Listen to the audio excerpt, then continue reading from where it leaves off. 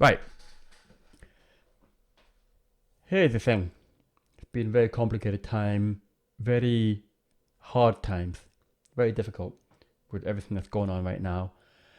And I just thought I'll do this video unedited, unfiltered. I'm not going to do my usual things I do in my other videos, and it needs to be mentioned. And I feel like I need to just talk about it briefly, or as brief as I can.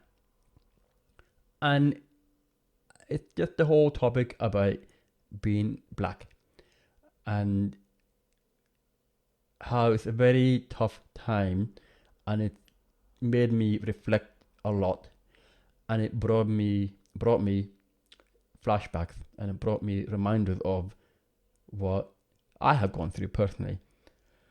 The big thing I want to say though is that for me, but for many people, being black is one layer, maybe the first layer, but it's one layer on that person. And it's a big thick layer that is very hard to deal with because there's a huge loophole that you have to jump through to get to the same situation as other people.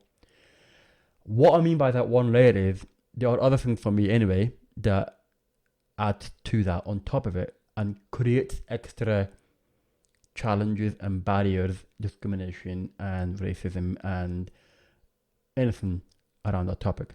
So for example, it's about being black and having an Arabic name. It's about being black and being a Muslim. It's about being black and being an immigrant. It's about being black and being deaf. Now, if you combine black and one other, it's hard enough. It's very challenging. Having an Arabic name, I'm proud of my roots, but it doesn't make going to the airport or on holiday any easier. And that's becoming a normal thing now. You just have to be careful around that. If it's about being an immigrant, well, living in the UK and in Scotland, the topics of Brexit and Scottish referendum has made things very uneasy for me. And then talk about being a Muslim. Don't need to explain why it makes people feel uneasy. And then the one that really also affects me every second of my day is being deaf or hard of hearing. And that's just something that will never go away. If anything, it will get worse. So combine black and one other is difficult. But that's why I'm saying that it's many layers. And for a lot of people, the more layers you have, the more you have to fight. And the more you have to fight hard. Really fight hard. An example would be if I'm talking about a woman, because they have their own challenges around Me Too and anything around that. It's a different kind of challenges when you talk about black women, because it's two layers. And that's something that people don't really talk about. It's completely different situation when you talk about a woman and a black woman. Just like for me, it's different when you talk about a black person and a black person with, for me, my case, whether it's an Arabic name or being an immigrant and having a disability, all these things. And the reason I need to mention it is because it's forgotten about. People don't talk about it a lot, and it adds to the struggle that we have to go through on top of the issues around racism, because there are additional things on top of it, which means that we have to jump over more barriers. Sometimes we can't jump over them because those barriers are very high because of those multiple layers. And I didn't realize how much it would affect me when I started to get flashbacks of things that had occurred to me in the past as a result of being black and as a result of being black on all those other layers. For example, I remember very well that playing football for a local football team in Scotland, in a small town in Scotland, and I remembered hearing something on the sideline, and I guess I ignored it, concentrated on football. But it wasn't until after the game that people have said that they were monkey shines at me. Thinking back, it makes sense because it was quite distinctive. But this is the thing, when you don't hear it as well, then people kind of just say it and you don't know if they said it well or not. You don't know what you're hearing or not. But by the time you realize it, maybe it's too late, like at that time.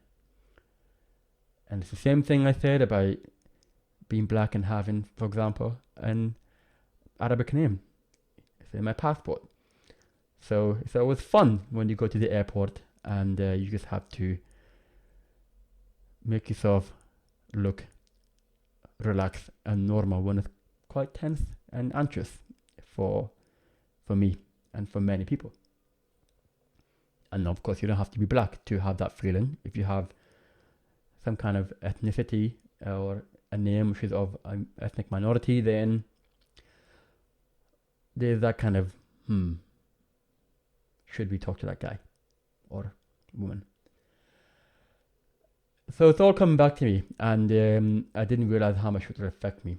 And one thing I didn't think I would be receiving is lack of people talking about it to me. And it's a surprise because I thought people are aware of it. Maybe it's my fault. Maybe I haven't been speaking up about it enough.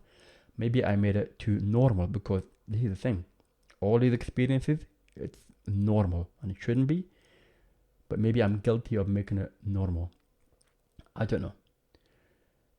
But maybe it's my own flaw by making it a normal topic, easy topic to talk about, or the fact that I brushed it aside in the past, that I thought it's not a big deal, let's just move on, that kind of thing. So I didn't really hear a lot of people asking me, how are you doing? And yeah, that made me think of it. But it also made me think about how I understand when people talk about having post-traumatic stress disorder. I don't have that. At least I haven't been diagnosed with that. But I understand it now because when there is a trigger, then you get flashback and then you get reminders of things. And suddenly, I'm getting reminders of the abuse I've been getting, whether it's at school or at jobs, on a football pitch, whatever it is. And there's quite a few of them.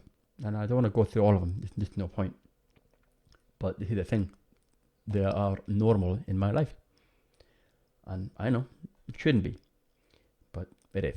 So it's very, very hard to express that, to talk about that. And very hard to deal with it right now. And I don't know how to deal with it. But what I do know is that in my immediate circle, at the least, I know that people don't agree with it. At the same time, actions speak louder than words. So there were times where I'm thinking maybe I should have said something in the past. Maybe I should have mentioned it at jobs, wherever. Or maybe I should have been more vocal, whatever it is. Maybe it's my fault. I don't know. But it's hard to speak up when you are the lone wolf in the area. And it's just it's not easy to be able to talk about it if you're in an environment where it's normal and you get a feeling that you're not going to be protected. You're not going to be backed up, perhaps.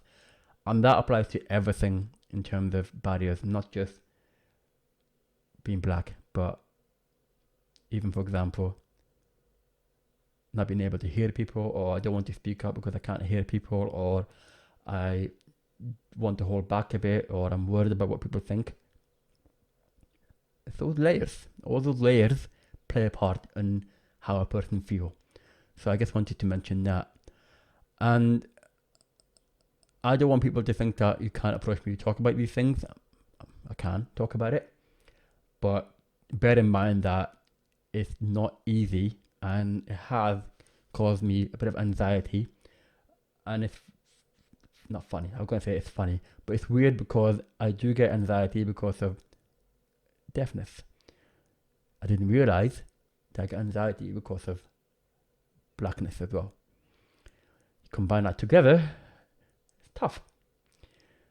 But I hope by making it this far, you understand. And just empathy. It's not asking for your pity or your sympathy, that kind of thing. You're understanding and having that support. And call it out when you need to, when you see it, when you hear it.